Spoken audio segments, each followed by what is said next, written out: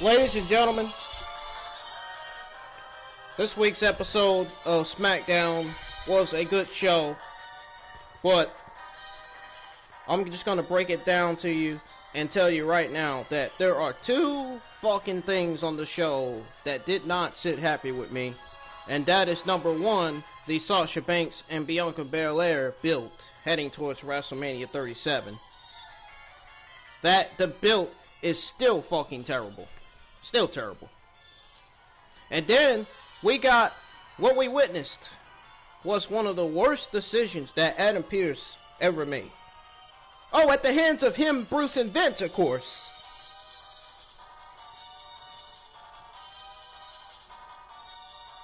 Anyways, we got Daniel Bryan kicking off SmackDown. We had Daniel Bryan kicking off SmackDown.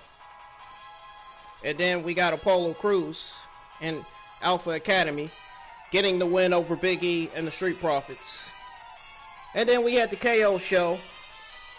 Their feud heading towards WrestleMania 37 in 3 weeks.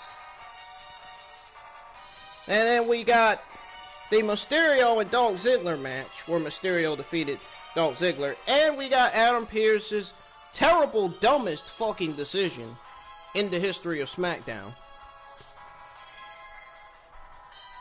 So, we're going to go over it all, man. We're going to talk about it.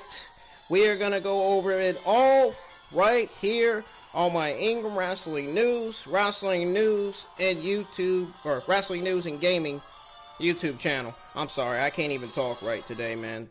That shit with the darn freaking, that shit with the fucking Banks and Belair build has just got me entirely angry.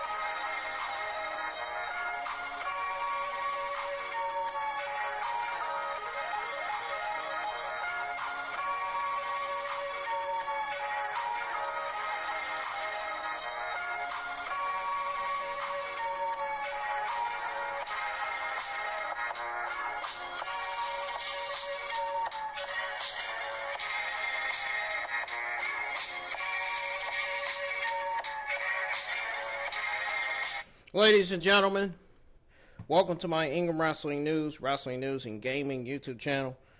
I'm your host, narrator, IWN's very own Brennan, here live with your March the 26th, 2021 SmackDown review. Thank you for joining me for that. If you're new to the channel, you know what to do. Hit the subscribe button, turn on the bell for notifications, so you won't miss all my gaming content that I currently have on my channel right now. So you won't miss all my Call of Duty streams that go live every week.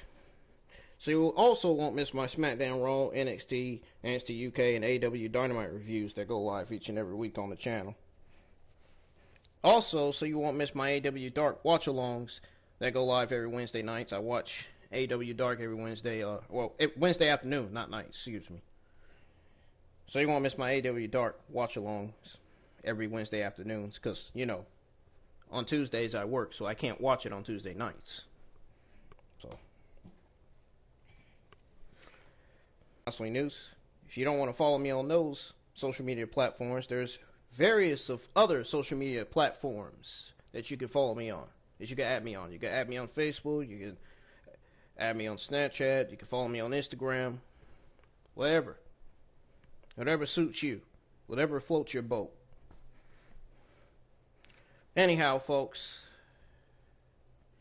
Again, subscribe to the channel, man. I'm on my way to 300 subs. I am on the road to 1,000 subs. So, thank you all for your support, for your love and support for my channel, man. Keep showing your love and support for my channel, man. I'm trying to make my channel be the best YouTube channel in YouTube history, really. I'm trying to give the best content that I can give you, man. You know what I'm saying? And I really want to get to 1,000 subscribers, because that's something I've been wanting to do for a very, very long time. I've been wanting a YouTube channel for a long time, and I have it. And here I am. I done had it for about 3-4 years now. But anyways, we're going to go ahead and get started with the review, because I am ready to get to that Sasha Banks Belair. I'm ready to get to that Sasha Banks Belair build part, and I'm ready to get to the end of the fucking review, to where I mention the fucking worst decision that WWE ever made on last night's SmackDown. Jesus Christ, dude. Man, shit's about to get real up in this motherfucker, because I'm telling you, man. Those two things generally that I'm not happy about has really, really angered me, man. And you know what? Now it leads to me being disappointed in Adam Pearce. And not only am I disappointed in Adam Pearce, I'm disappointed in WWE Creative Management, Bruce, and Vince for this fucking decision that they made before the show went off air. It's fucking stupid. It was not the decision that should have been made. That was not the right decision to add Daniel Bryan to that freaking WrestleMania 37 match. It should have been Bryan versus Reigns for WrestleMania 37, but you know what? I'm going to save it for the end of the review, because I'm not ready to mention all this quite yet. I'm not ready to talk about it quite yet. When I get to the end of it, that's when shit's going to get real. Anyways, ladies and gentlemen, SmackDown opened up with Daniel Bryan. Rightfully so.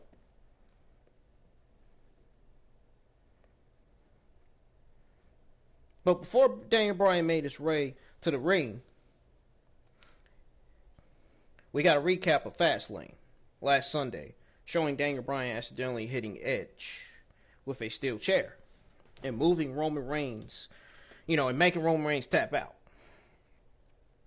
So, unofficially, an Edge later running in to, attack both Bryan and Roman Reigns, before Reigns is able to pin Bryan and retain his Universal Championship, while Edge walks off. So, Daniel Bryan makes his way to, the ring with a steel chair in hand. So, Bryan grabs the mic and reference that everybody saw Roman tap out. Something Roman has never done, and said he would rather die than do. He says in a perfect world, he is standing in the ring as Universal Champion, ready to walk in the main event of WrestleMania. So he then addresses how Edge hit him with a chair as he was making Roman tap out. So Bryan said he's had enough and is tired of doing things the right way. So then he claims he earned everything he has gotten, and that he's willing to earn it all again, and that he wants a rematch against Roman Reigns for the Universal Championship tonight, and that he is not leaving the ring until he gets what he wants. Bryan proceeds to sit on the chair that he brought to the ring, and he waits. So then, we had a commercial break. Back live, Bryan continues to sit in the ring, waiting to get what he wants. After more waiting, out comes Adam Pearce to say that the referee's decision is final and that he can't give Bryan what he wants. So then Bryan suggests that WrestleMania Night 1 end with Roman vs. Edge, and for Night 2 he challenges the winner. Out comes Edge, fiercely speaking to Bryan and telling him that he doesn't deserve the WrestleMania match. Bryan then starts a brawl with Edge before Edge gets the better of him and hits Bryan with a steel chair, with Bryan on the top, Bryan on the ground in pain. Edge exits the ring. I can't even talk tonight, folks, because I'm so angry with these two things, man, that happened on the show.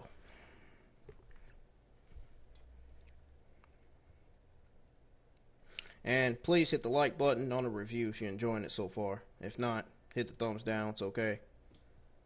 It helps out the channel, live stream, and it helps me out. Anyways, we got a commercial break. We got Seth Rollins versus Shinsuke Nakamura. Now the match begins with a fierce lockup. Nakamura goes on the offensive with strikes to Rollins in the corner.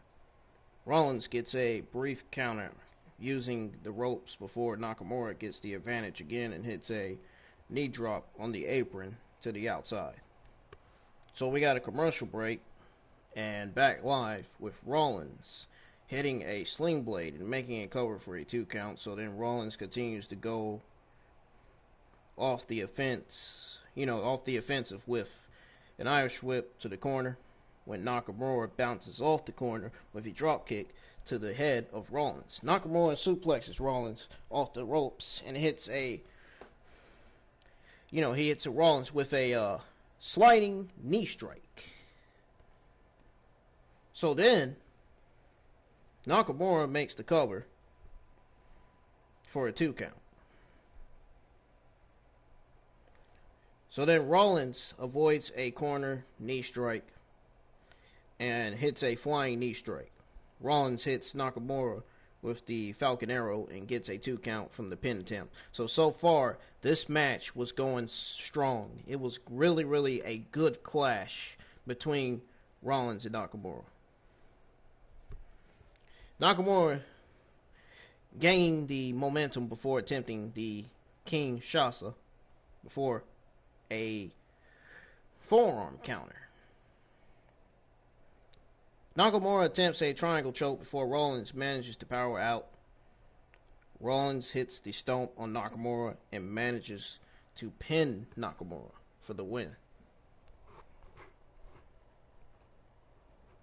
Now, my analyst thoughts on this. This was a solid match. Rollins and Nakamura could possibly sleepwalk their way to an above average match. To me, it was.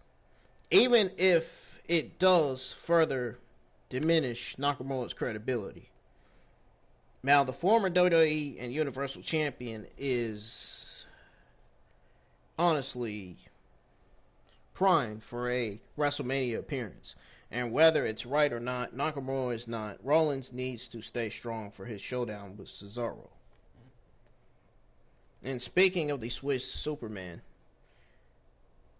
he showed great fire here, unloading on Rollins and expressing the sort of emotion critics have always wondered if he was capable of. He was great here and really added heat to a feud that will likely culminate in one of this year's show-stealing matches.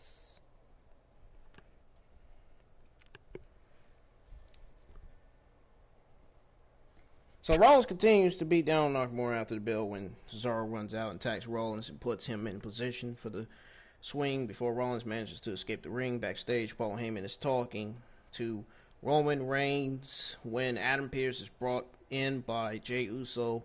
Heyman praises Pearce for not giving in to Bryan's demands when Roman rises from his chair and tells Pearce that he only gets Roman at Mania for one night and one title defense.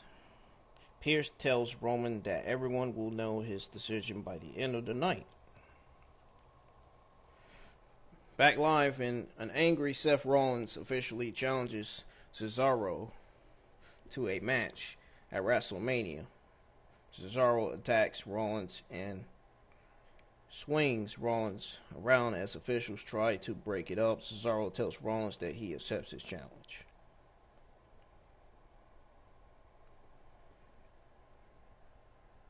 So then we got the 6-man tag match. I don't know what that was about. But okay, we got Big E and the Street Profits versus Alpha Academy and Apollo Crews. Now, first of all, let me know down in the comment section below what you think of the 6-man tag match. And number two, Apollo Crews looked great in this match. I really think the Big E and Apollo Crews feud is really one of the best things on this show, in my full opinion.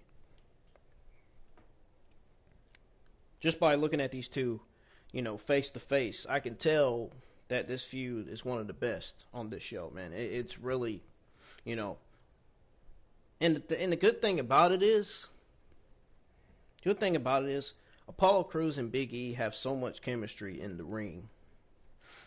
They're both powerhouses. You got a powerhouse versus a powerhouse, But Apollo Crews is athletic, too. He's not just a powerhouse. He's got speed. He can also do moonsaults and fucking Hurricane Ranas, similar to what Edge did to Jey Uso when he had his match with Jey Uso.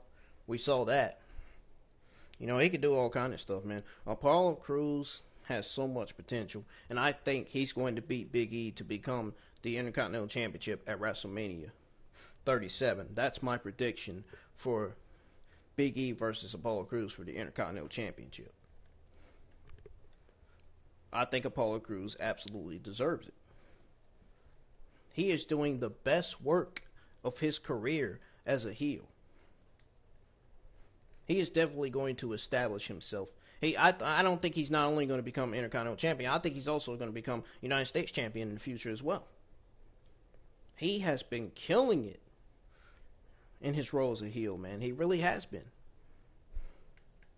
Might as well say he's dominating the SmackDown men's division. Not like Lars Sullivan, though, but, I'm actually glad Lars Sullivan's released from WWE. Hell, Apollo Crews should have been feuding with Lars Sullivan. They could have been in the feud if Lars Sullivan would have been still around, though. But obviously he's released. Nobody really cared about him. I didn't really care about him too much either.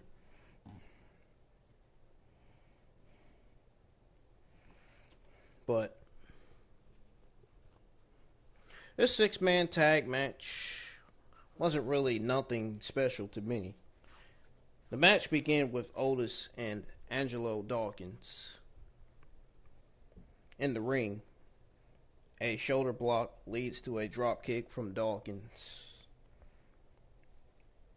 Montez Ford is tagged in after a fury of fast-paced offense. Otis catches Ford in the air and slams him to the mat. So then, Chad Gable is tagged in and he works Ford's legs. So once he did that, once he works Ford's legs, Gable counters a dive into a Northern Light suplex for a 2 count. Apollo Crews is tagged in and attempts a delayed vertical suplex before Ford counters with a kick. Big E and Gable are both tagged in as Big E hits a series of suplexes and a huge running splash. Gable counters a big ending with an arm submission. Big E counters with a corner slam, and Cruz breaks up a pin attempt. So then chaos ensues as Ford and Otis both enter the ring. Ford hits a huge dive to the outside, while Cruz takes advantage and slams Big E to score the surprise pinfall over the Intercontinental Championship. Biggest win of Apollo Cruz's career right there, folks.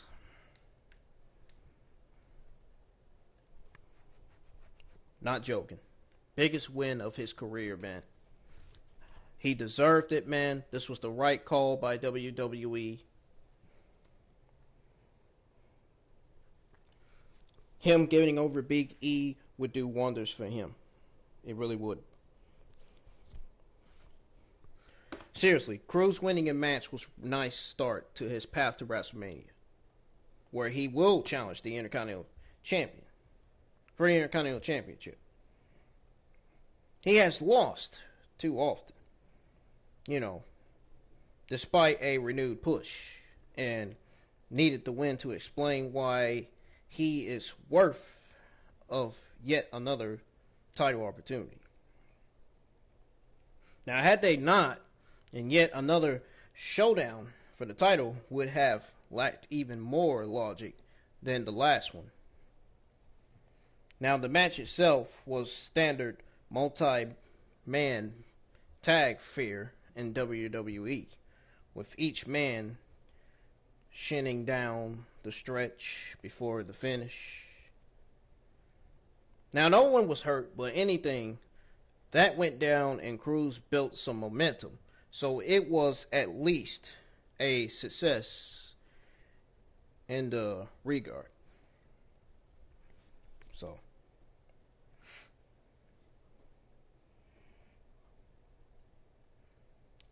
So after the match, we see a video package recapping Sami Zayn's attack on Kevin Owens on last week's SmackDown. Commercial break. Back on the air, Edge confronts Adam Pearce, telling Pearce more about how Bryan doesn't deserve the WrestleMania match.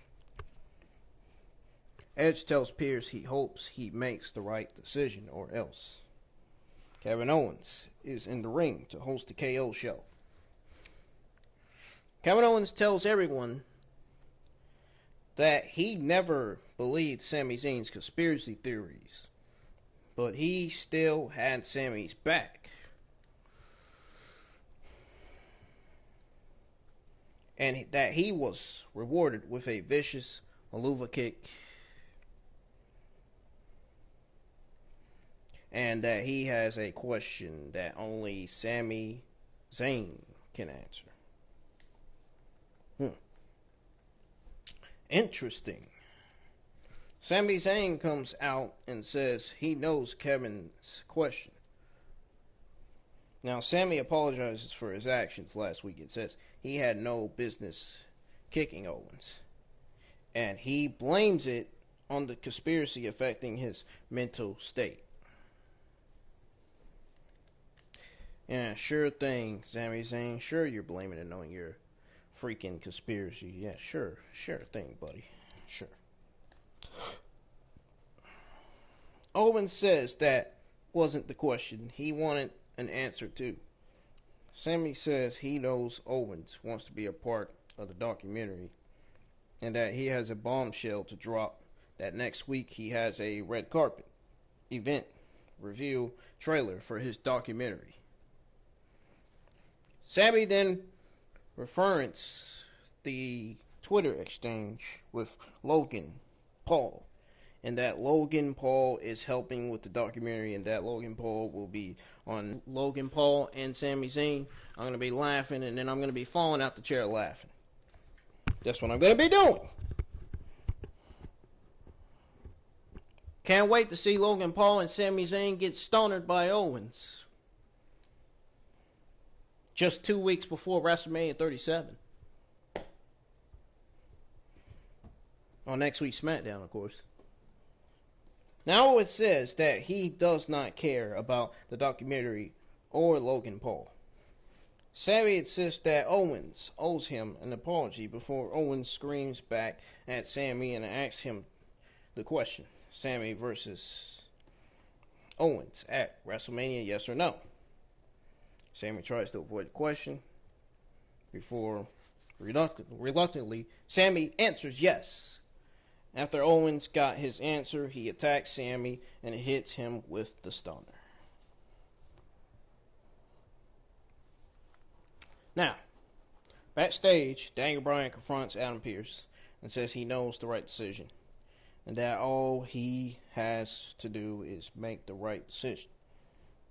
Commercial break, the show goes back on the air with a recap of the Women's Tag Team Championship match at Fastlane, with growing tension between SmackDown Women's Champion Sasha Banks and WrestleMania challenger Bianca Belair. Here we are.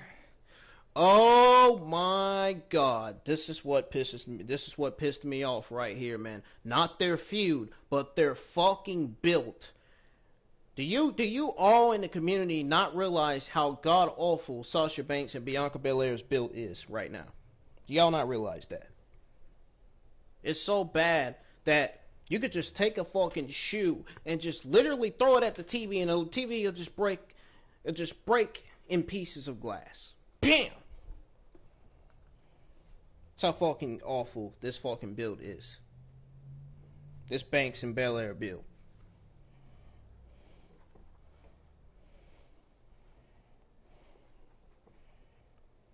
So, Belair is interviewed backstage, and she claims she is the bigger person. And that's why she did not retaliate. And how she will end her title reign at WrestleMania. But she has unfinished business with Natalya first. So we got Bianca Belair versus Natalya with Tamina. Now, before we get to that, I just want to give y'all my analyst thoughts on the KO show with Sami Zayn. Folks, I will admit this, and I have admitted this in my times of watching wrestling. Ever since, Kevin Owens and Sami Zayn debuted on NXT. Ever since KO and Sami Zayn debuted on NXT, I have been longtime fans of Owens and Sami Zayn. I really have. And I'm sure you all have been too, yourselves. I'm especially a fan of Sami Zayn's heel character and Kevin Owens' heel character and babyface character. Kevin Owens can do both. He's good at both. He's the best at both.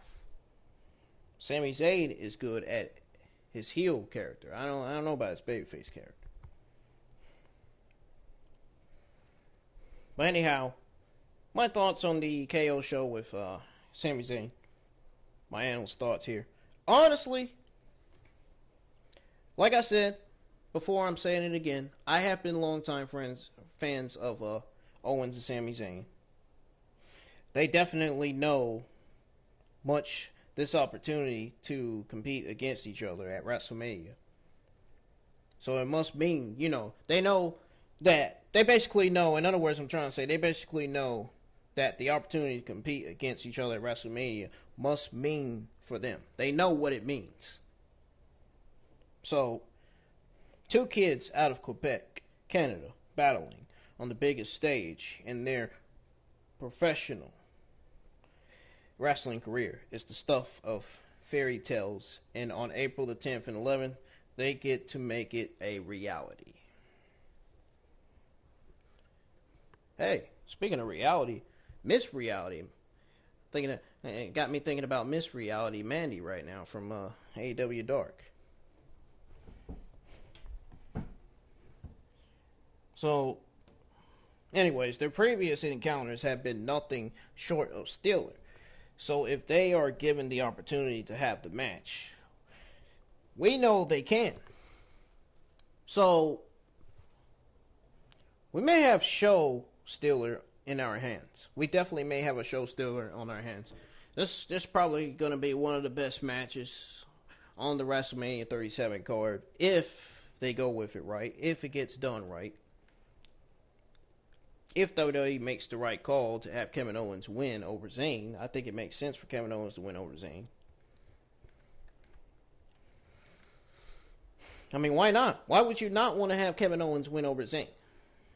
I mean, if you don't want to have Kevin Owens win over Zayn, you're a complete fucking idiot. You're a complete fucking idiot if you don't think Kevin Owens should win or should pick up his victory over Zayn. Again, you are a complete fucking buffoon, a complete idiot if you don't think Kevin Owens should win his match over Zayn. Alright? I said it 3 times. Because I want to put it out there to where I am telling the truth here. But you know, you're going to have some geek coming in chat and be like, oh, but Sami Zayn, you know, but Sami Zayn is the better superstar. He's more better than Kevin Owens. Oh, Sami Zayn is going to win over Kevin Owens, not Kevin Owens win over Sami Zayn. You're going to have those fucking geeks coming to chat. You know, they're trying to stir up the pot. They're going to fucking ruin it for everybody. Including themselves, of course.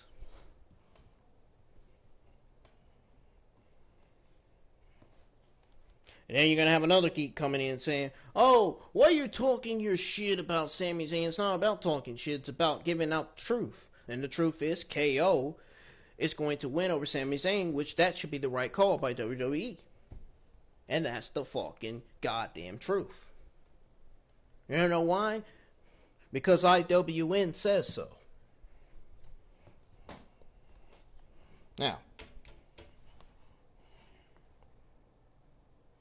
Now Zayn was extraordinary here, a completely unhinged conspiracy theorist whose delusions now include genuine happiness to be associated with Logan Paul. Owens' reaction was perfect.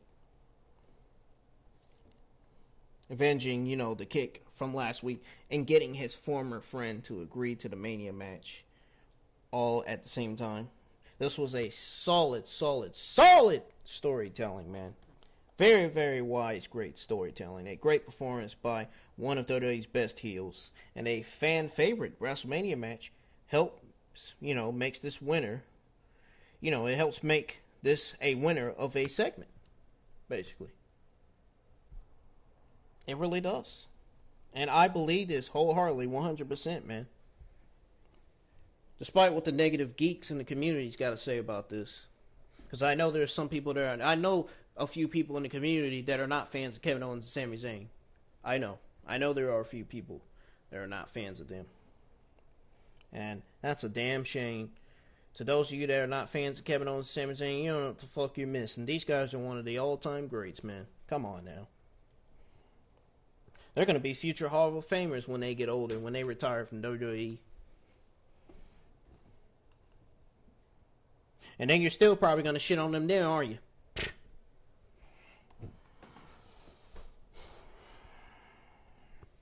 When they win all the gold and when they get all the titles and they retire, you're probably still going to shit on them.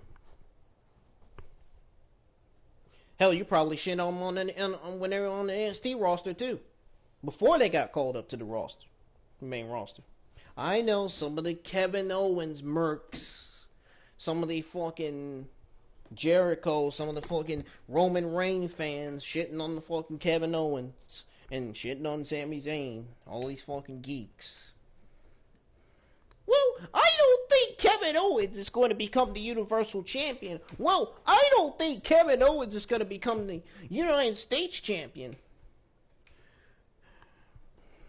Vince did this with him. Vince did that with him. It's like, dude, shut the heck up. We get it.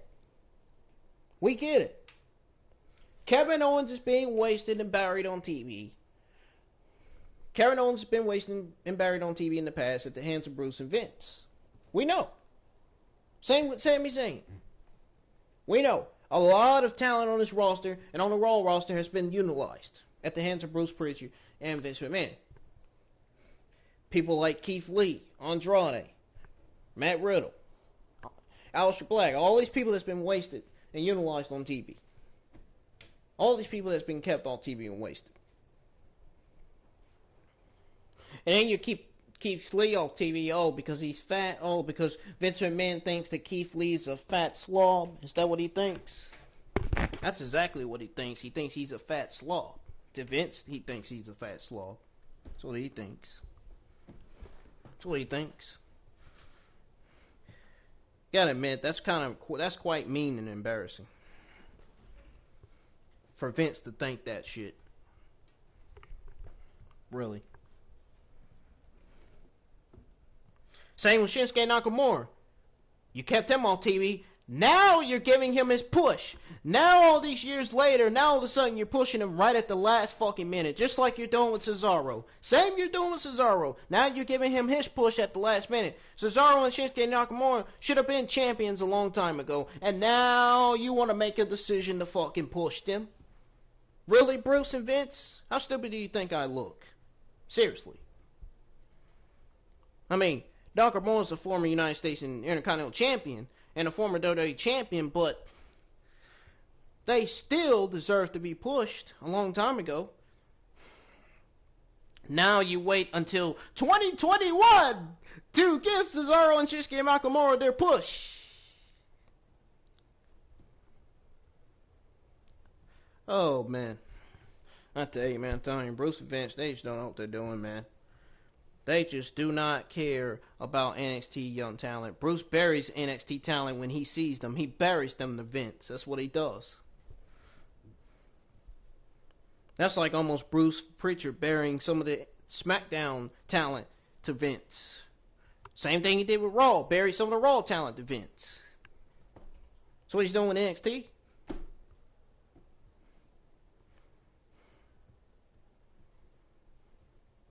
That's what he's doing with the NXT talent.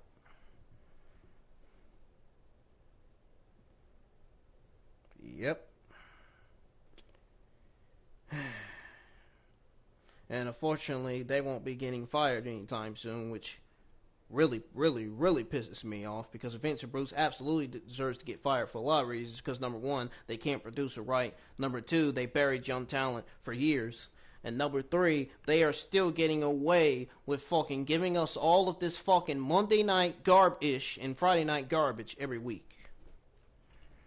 You know what I mean by garbage. And there's more reasons to that than you think, folks. It's more than just them burying the NXT talent. It's more than just Bruce burying the NXT talent to Vince. It's more than just the fact that Vince and Bruce can't write or produce. It's more than that shit, man. It's the way they do the talent in the locker room. It's the way they fuss and yell at the employees in the office. It's the way that they run things. It's the way they freaking... It's the way that they mishandle and mistreat talent. You know?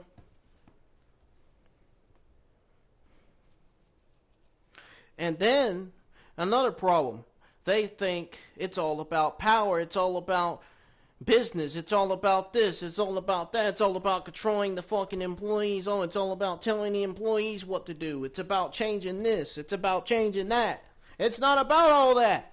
It's about merging the tag divisions, and it's about unifying the tag titles and merging the tag divisions, and it's always about burning that freaking 24/7 title. Remember that? Remember that 24/7 championship, folks, that we've been seeing on Raw? It's about giving the fans what they want by burning that 24/7 championship, because nobody gives a shit about that whatsoever. Unify the tag titles, merge the tag team divisions. If anything, freaking fix the SmackDown and Raw women's divisions. That's what you need to be doing. And just like the fact that you could have had Shayna Baszler and Nia Jax drop those WWE Women's Tag Team titles to Dakota Kai and Raquel Gonzalez. Oh, but what happened though? Well, what happened though? You reintroduced some tag team titles, which were the NXT tag team titles, the NXT Women's Tag Team titles. You introduced those, and then you did crown Raquel Gonzalez and Dakota Kai as the first, the new first ever NXT Women's Tag Team Champions. But then all of a sudden, you made Dakota Kai and Raquel Gonzalez put those titles on the line, and then all of a sudden they ended up losing them and dropping them to Shotzi Blackheart and Ember Moon.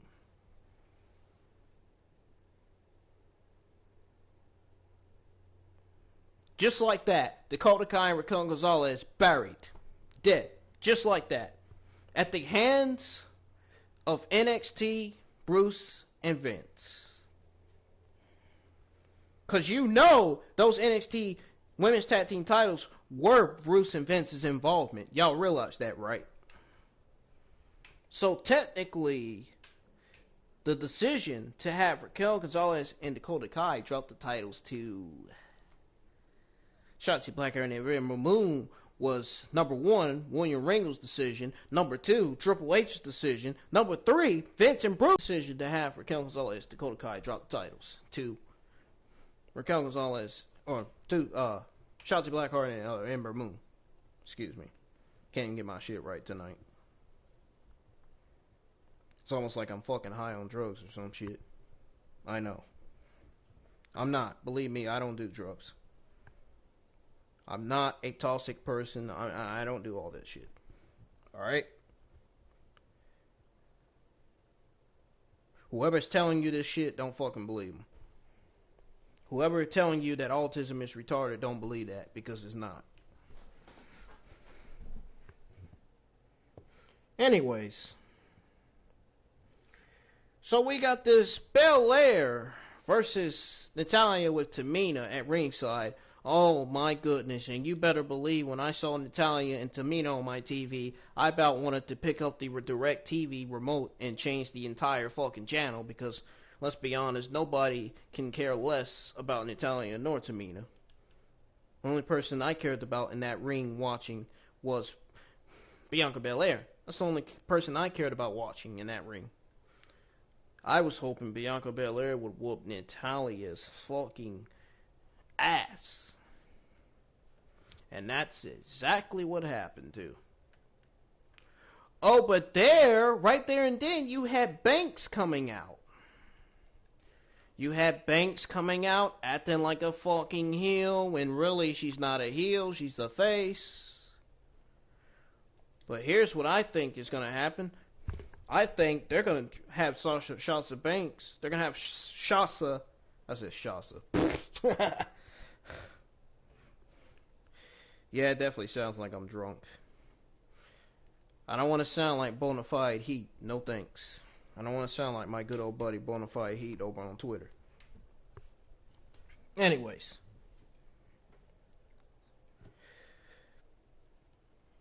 I think Sasha Banks is ultimately going to be dropping the title to Bianca Belair. I think WWE is going to make the decision on have Sasha Banks drop the title to her and have Sasha Banks turn heel.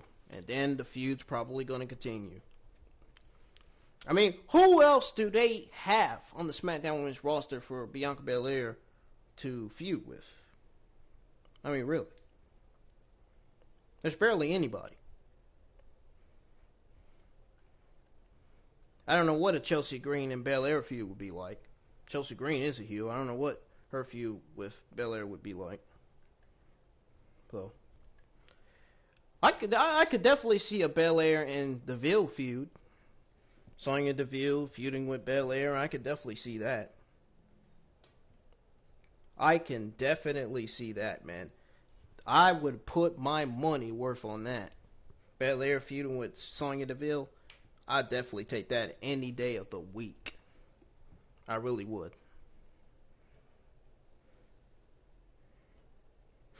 Sonya Deville feuding with Bayley. I'd take that any day of the week too. Bayley turning face, but turning face and still with her, I can see Bayley turning face, but not going back to that Bayley, but I can see her turning face and keeping her new character that she developed. And we can see a face Bayley feuding with Sonya Deville, with Bayley's new character. She could turn face, but we want to see the babyface Bayley. We want to see is the Bayley with the same hair, with the black short hair. That's the Bayley we want to see. We want to see how she does as a face with her new character. In other words, I'm trying to say. I think y'all get it, right? Anyways, so the match begins with a drop kick and corner spears by Belair. Belair hits a big shoulder tackle that causes Natalya to roll outside the ring. Now Natalya counters and hits a stomp before Belair avoids the kick, and Belair then rolls up Natalya for a 2 count. Sasha Banks comes out to ringside.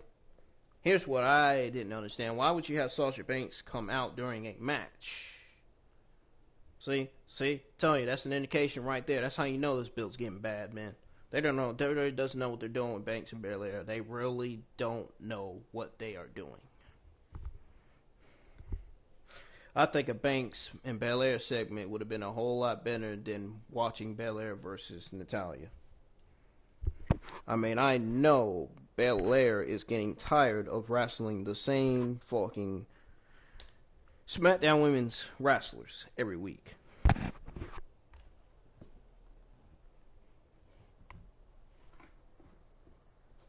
I would be annoyed too, wrestling the same person. I would be. Now, Belair hits a big shoulder tackle that causes Natalya to roll outside the ring. Natalya counters and hits a stomp before Belair avoids the kick, and Belair then rolls up Natalya for a 2 count.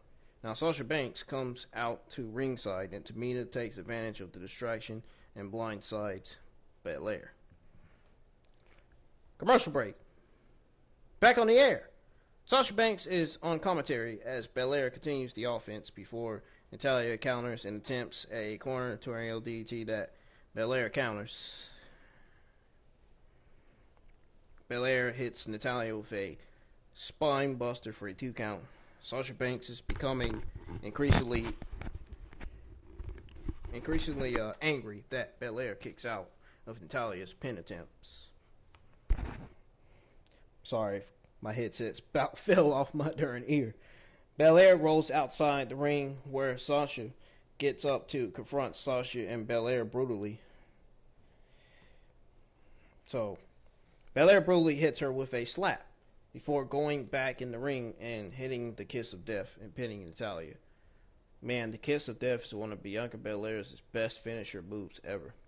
That's probably going to be her only finisher move in her career. Sasha attacks Belair after the match and stands tall over Belair. So, that was that.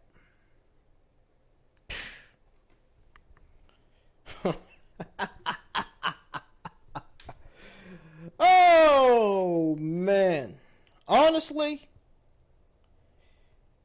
bro. I'm still not liking this fucking Banks and Belair build. I am not sold on this Belair and Banks storyline at all. Period. Honestly. 2 weeks and nothing, folks. Nothing about this really speaks to anyone in the community, in a way where Bianca should win. Not ready. It's not ready, folks. Not ready. It's not ready at all. So therefore, you know what? Might as well say Sasha Banks should walk out as SmackDown Women's Champion. Yep. Sasha Banks should walk out as SmackDown Women's Champion. That's what should happen. That is exactly what should happen.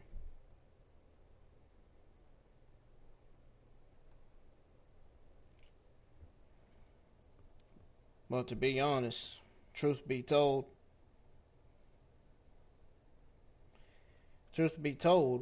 we had finally got the hatred between Sasha Banks and Belair. You know, something we should have got from the very beginning, honestly.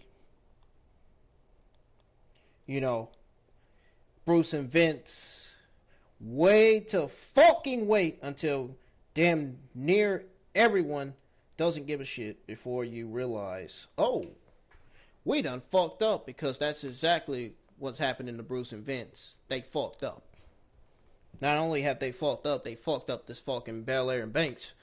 They fucked up this Belair and Banks build too.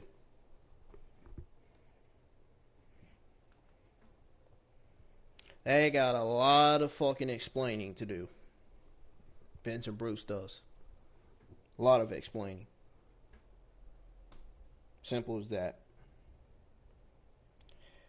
Folks, I'm not worried about the dislike. I really don't give a shit about the dislikes. Fuck the haters. Fuck the YouTube haters. I don't care who dislikes my channel. Fuck them.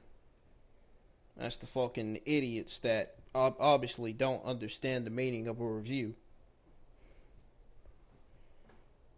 It's people like that fucking turns you away from Twitter. It's people like that turns you away from Twitter, you know. It's people like that also turns you away from YouTube as well. It's funny because when you're alive during a review, some hater always has to come and watch your fucking chat and then dislike it for no reason. And then what's so funny about it is they don't even fucking comment on the live chat as to why they disliked my review. They just fucking dislike it and just leave. They don't even say shit about it. I find that really fucking hilarious. I find that very, very, very fucking hilarious, man. I really do.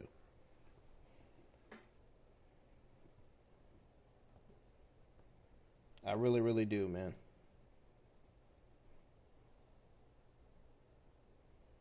But anyways, my analyst thoughts on Belair versus Natalya. Honestly, that match, folks, is one of those matches you wish you would be given 10 plus minutes to really develop, because the styles of the competitors mesh relatively well. With plenty of time to work with, they could tell a hell of a story and deliver something special. Something great. Something phenomenal. Something fantastic. You know what I mean? Now, as it was, this was fine for what it was, but was essentially overshadowed by the presence of Banks and Tamina at ringside. Now, Belair winning was the right call, considering, you know, the place on the Mania card, but it was interesting to see Natalya eat the clean pinfall loss. I was glad, because I was sure as hell was laughing at her. I sure as hell was laughing at that. In the inside of my head, I was laughing. Now, she and Tamina have been building momentum in recent weeks. Why bother spending time putting Natty and Tamina over when they are going to turn around in a singles match like this and lose right away?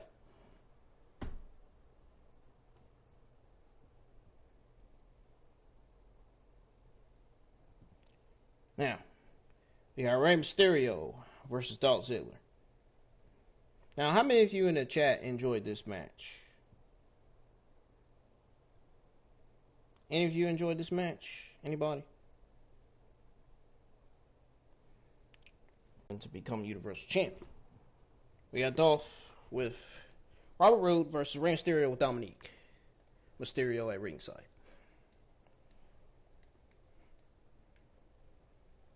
We got Ziggler starting the match with a quick series of attacks in the corner.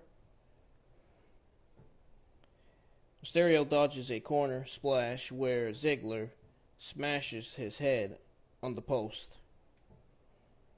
Ziggler counters a 619 attempt with an elbow to the face. Ziggler goes outside and catches Rey after a Hurricane Rana attempt and throws him over the barricade before super kicking Dominic Mysterio. Now, it goes to commercial break. We come back from commercial break only to find Dolph Ziggler in control of the match. He's still with the advantage, back on the air. Ziggler goes for a superplex that Mysterio counters with a headbutt that sends Ziggler to the mat. Mysterio hits Ziggler with a senton and a kick and gets a 2 count.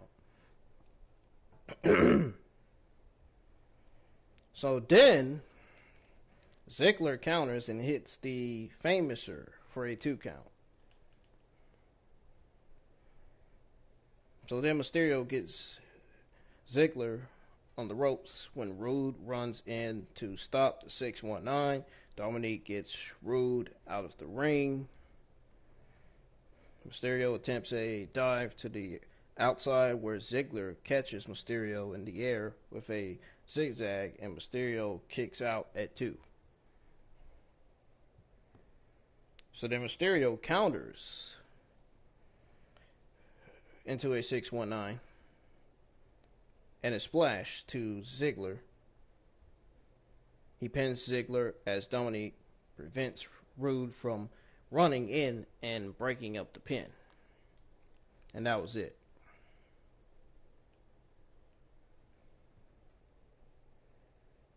So, out comes Adam Pearce, quickly followed by Roman Reigns with Jey Uso and Paul Heyman by his side. Now,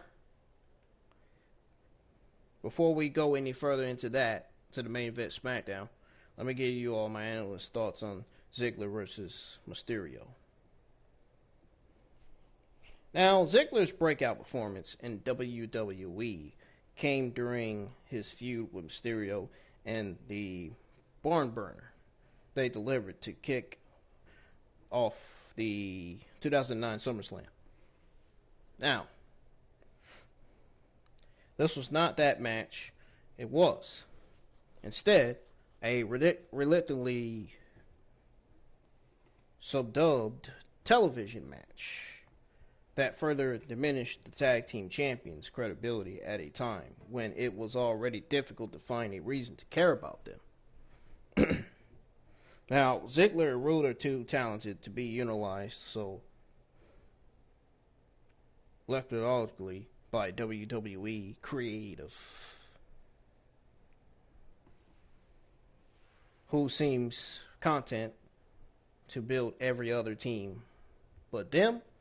Yet here we are watching one half of the champions lose to a Mysterio who was left for dead heading into the break. Now, if Ziggler can't beat Ray after he took that spiel, how will he and Rude beat any of the competing teams at the unbeatable multi-team match at Mania? That's the question. So now, we got Adam Pearce's big decision, which I call it the dumbest decision, because that's exactly what it was, the fucking stupidest decision. Now, commercial break. Roman Reigns is treated to you. Tapped out. Chants. Back live. Roman looks on in anger. Then Edge comes out to the ring.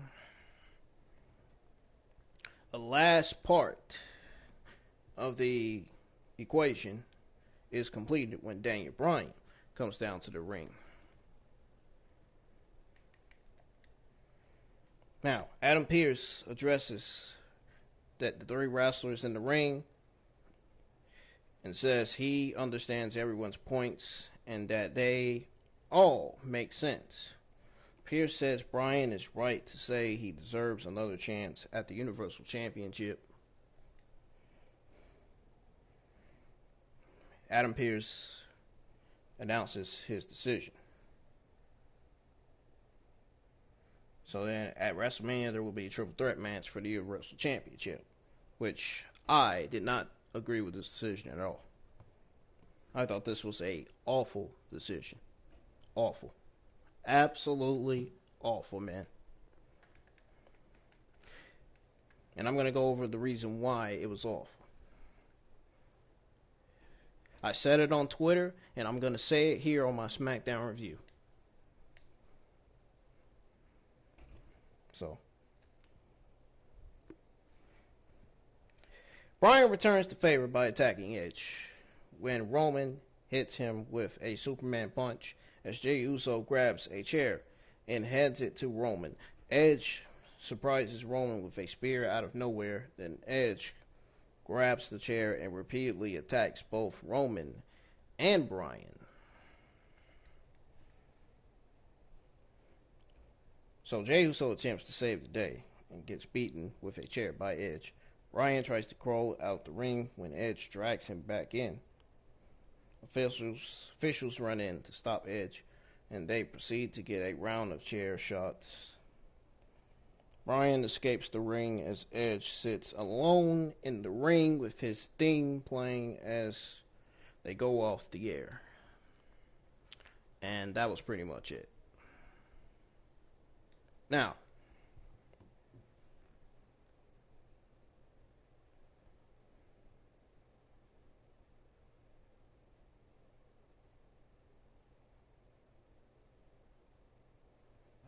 I will say this, I've said it on Twitter, and I'm going to say it here.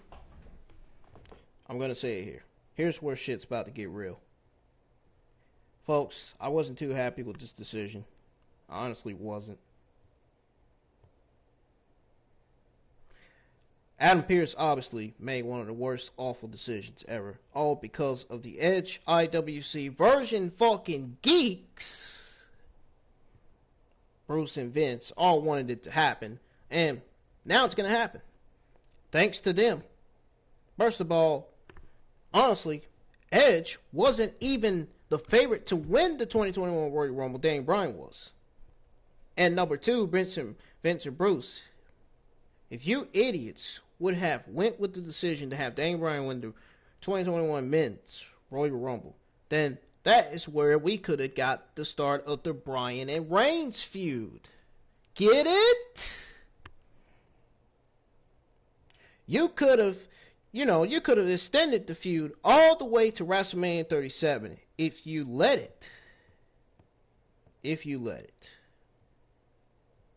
But no! Instead, you went with the decision to have Edge to win the 2021 Men's Royal Rumble, only to lead to Edge starting his feud with Roman Reigns, and now it's done went from the Edge Reigns feud to now a triple threat match being booked for WrestleMania. So now it's done went from Edge Reigns feud to Daniel Bryan being added to that match.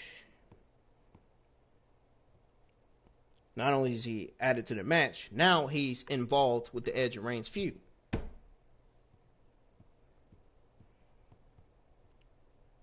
So, I think it would have made sense for Bryan and Reigns feud to extend all the way to WrestleMania 37. It would have made sense for Bryan to win the Men's Royal Rumble, and then that would have been the start of the Reigns and Bryan feud after the Rumble. The fallout after the Rumble. We could have got the Bryan and Reigns feud. And then, we could have got Bryan versus Reigns for Elimination Chamber. Bryan versus Reigns for Fastlane.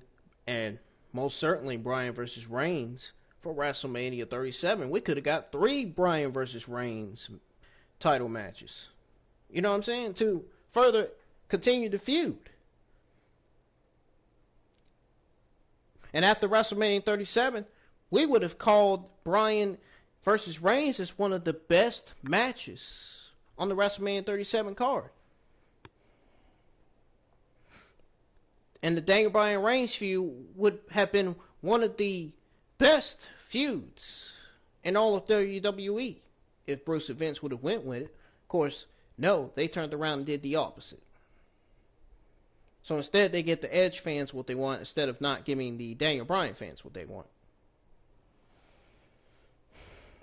So again, they went with giving the Edge fans what they want instead of giving the Bryan fans what they want. I really feel bad for the Daniel Bryan fans because I know, without a shadow of a doubt, that they believe what I'm saying. And I should guarantee you there's a Daniel Bryan fan that's watching the stream right now, and I'm pretty sure that Daniel Bryan fan actually agrees with what I'm saying. Even one of my followers responded to my tweet and said that he absolutely agreed. And he absolutely said, that he agreed with me, and he said that I told the truth. Oh, I know I told the truth. I know I was right. From seeing this feud, man, from seeing that Royal Rumble, man, from watching that, I know I was right. Oh, I know. But yet people don't seem to realize that I know more of what's going on in the WWE than the majority of the community. And that's the fucking true facts. That's fucking true facts. That's no fucking lie. Yet people are taking this as a joke, saying, oh, you're just joking. No, I'm not joking. I'm serious. Don't you hear my fucking tone? I'm serious. I ain't fucking laughing.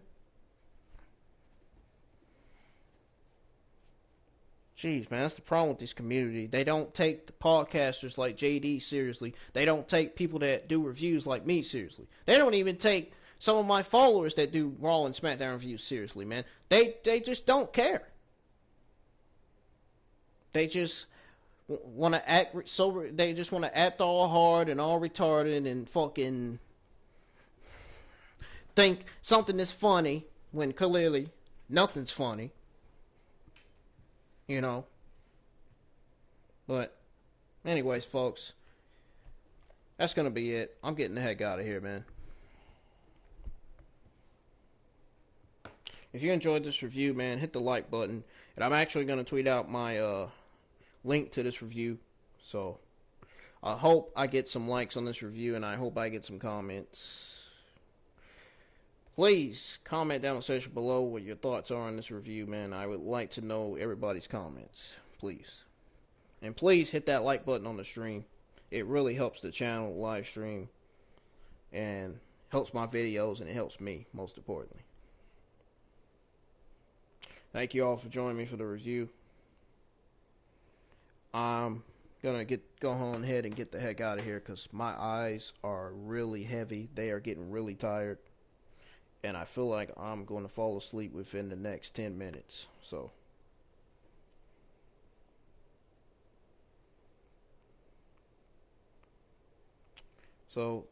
thank you for joining me.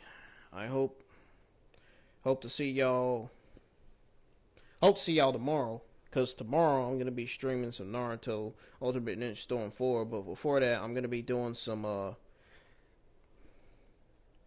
well, not tomorrow, but today. Today I'm going to be streaming some Naruto Ultimate Ninja Storm 4. And that's going to be this afternoon or this evening. Actually, it's going to be this evening. I'm going to be streaming Naruto Ultimate Ninja Storm 4 this evening. And then this afternoon, I'm actually going to be doing some thumbnails. I'm going to be doing some thumbnails for most of the AEW and WWE female wrestlers.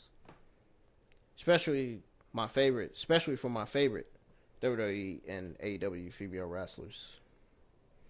Obviously, I haven't got to do them yet, obviously because it was about time for SmackDown to come on, so I had to get my WWE Smackdown live stream watch along ready, but anyhow. Folks, you gotta give me praise, man. You gotta accept the fact that I did do good on this review, man. I felt like I did okay. I did good and okay. I didn't do great. I didn't do bad, but I did good and okay.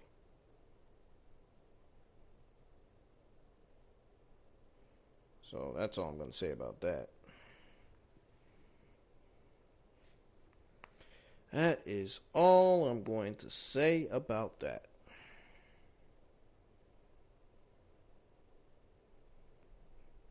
So, if you have any questions, please comment it in the chat.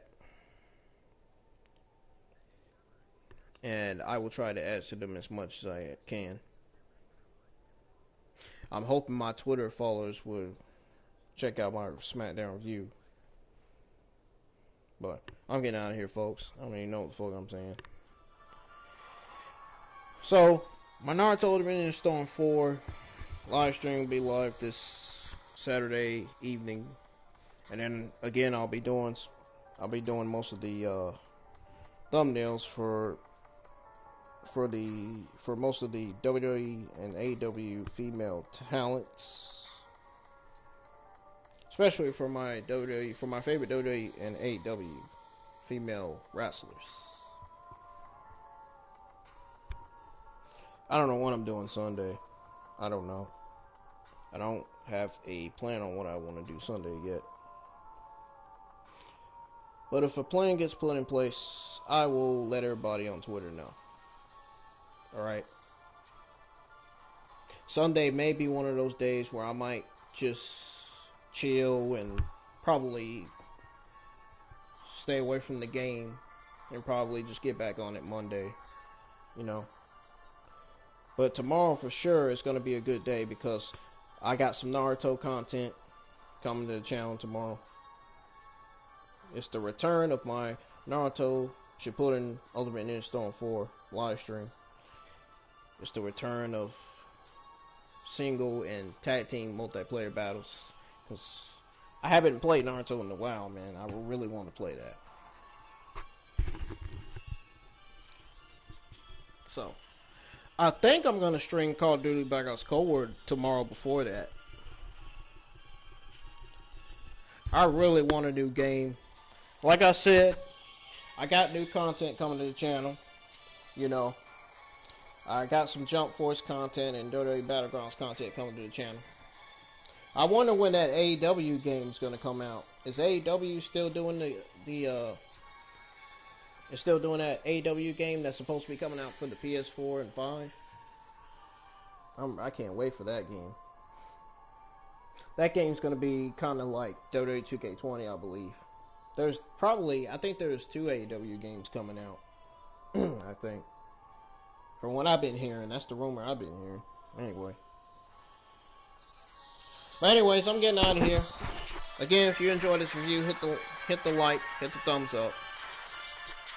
And please, folks, stay safe. Have yourselves a great rest of y'all's weekend. And don't forget to wear a mask when you go out in public. Because, you know, I want this pandemic to be over, and I really care about this pandemic. I really do. I'm really encouraging you all to wear a mask, please, when you're going out in public.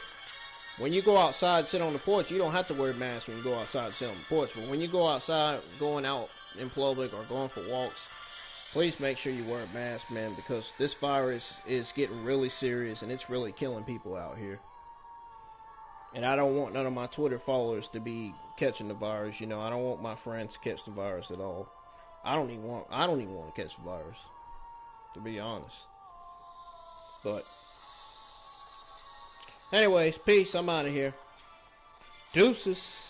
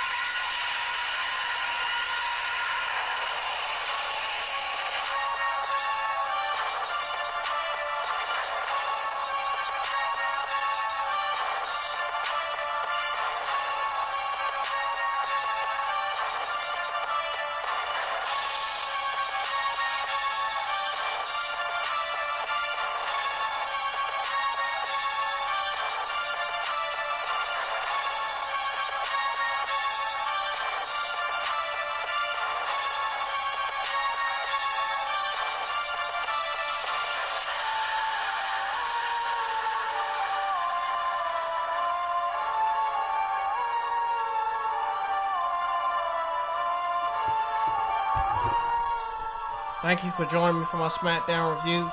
Deuces. I'm out of here, folks.